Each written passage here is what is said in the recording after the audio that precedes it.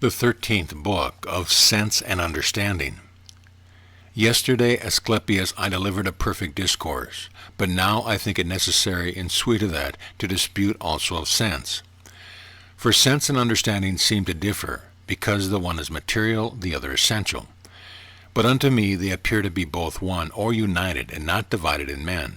I mean, for in one living creature sense is united unto nature, but in man to understanding. But the mind differs from understanding, as much as God from divinity. For divinity is from or under God, and understanding from the mind, being the sister of the word or speech, and they the instruments one of another. For neither is the word pronounced without understanding, neither is understanding manifested without the word. Therefore sense and understanding do both flow together into a man, as if they were enfolded one within the other. For neither is it possible without sense to understand, nor can we have sense without understanding. And yet it is possible for the time being, that the understanding may be understood without sense, as they that fantasy visions in their dreams. But it seems unto me that both the operations are in the visions of dreams, and that the sense is stirred up out of sleep unto awakening. For a man is divided into a body and a soul, when both parts of the sense accord one with another. Then is the understanding childed or brought forth by the mind pronounced. For the mind brings forth all intellections or understanding, good ones when it has received good seed from God, and the contrary when it receives them from devils.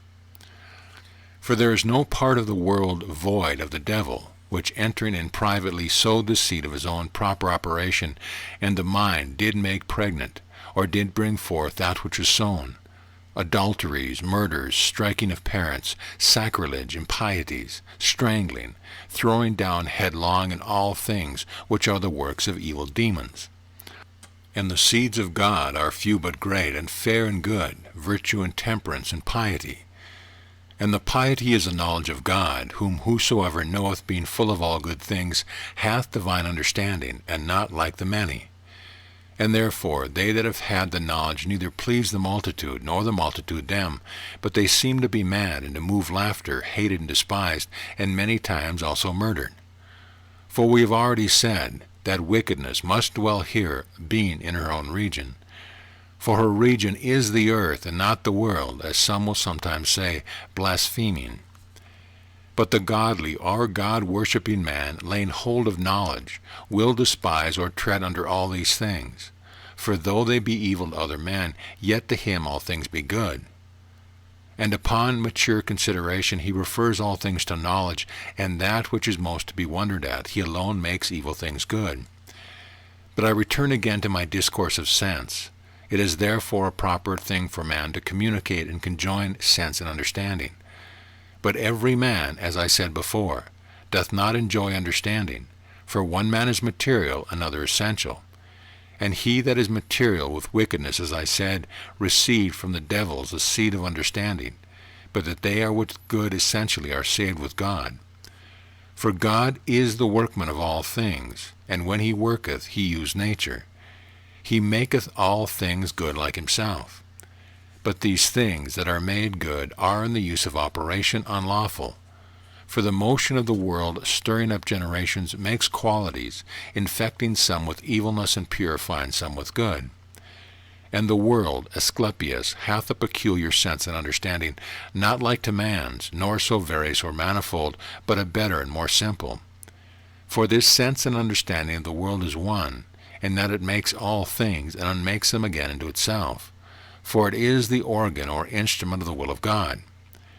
And it is so organized or framed or made for an instrument by God, that receiving all seeds into itself from God, and keeping them in itself, it maketh all things effectually, and dissolving them, reneweth all things. And therefore, like a good husbandman of life, when things are dissolved or loosened, he affords by the casting of seed renovation to all things that grow. There is nothing that in the world cloth not beget or bring forth alive, and by its motion it makes all things alive. And it is at once both the place and the workman of life. But the bodies are from the matter in a different manner, For some are of the earth, some of water, some of air, some of fire, and are all compounded. But some are more compounded, and some are more simple. They that are compounded are the heavier, and they that are less are the higher. And the swiftness of the motion of the world makes the varieties of the qualities of generation, for the spiration or influence, being most frequent, extendeth unto the body qualities with one fullness which is of life. Therefore God is the Father of the world, but the world is the father of things in the world. And the world is the Son of God, but the things in the world are the sons of the world. And therefore it is well called the world that is an ornament, because it adorneth and beautifieth all things with the variety of generation, and indeficiency of life, which the unweariedness of operation and the swiftness of necessity, with the mingling of elements and the order of things done. Therefore it is necessarily and properly called the world. For of all living things both the sense and understanding cometh into them from without, inspired by that which compasseth them about and continueth them. And the world receiving it once from God, as soon as it was made, hath it still whatever it once had. But God is not as it seems to some who blaspheme through superstition without sense, and without mind or understanding. For all things that are, O Asclepius, are in God, and made by him, and depend on him, some working by bodies, some moving by a soul-like essence, some quickening by a spirit, and some receiving the things that are weary, and all very fitly. Or rather I say that he hath them not, but I declare the truth. He is all things, not receiving them from without, but exhibiting them outwardly. And this is the sense and understanding of God, to move all things always. And there never shall be any time when any of those things that are shall fail or be wanting. When I say that things that are, I mean God, for the things that are God hath, and neither is there anything without him, nor he without anything.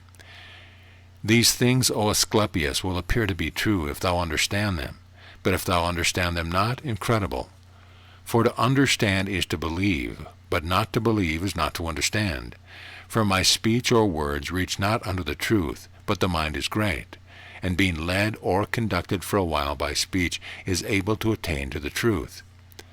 And understanding all things round about, and finding them consonant and agreeable to these things that were delivered and interpreted by speech, believeth, and in that good belief resteth.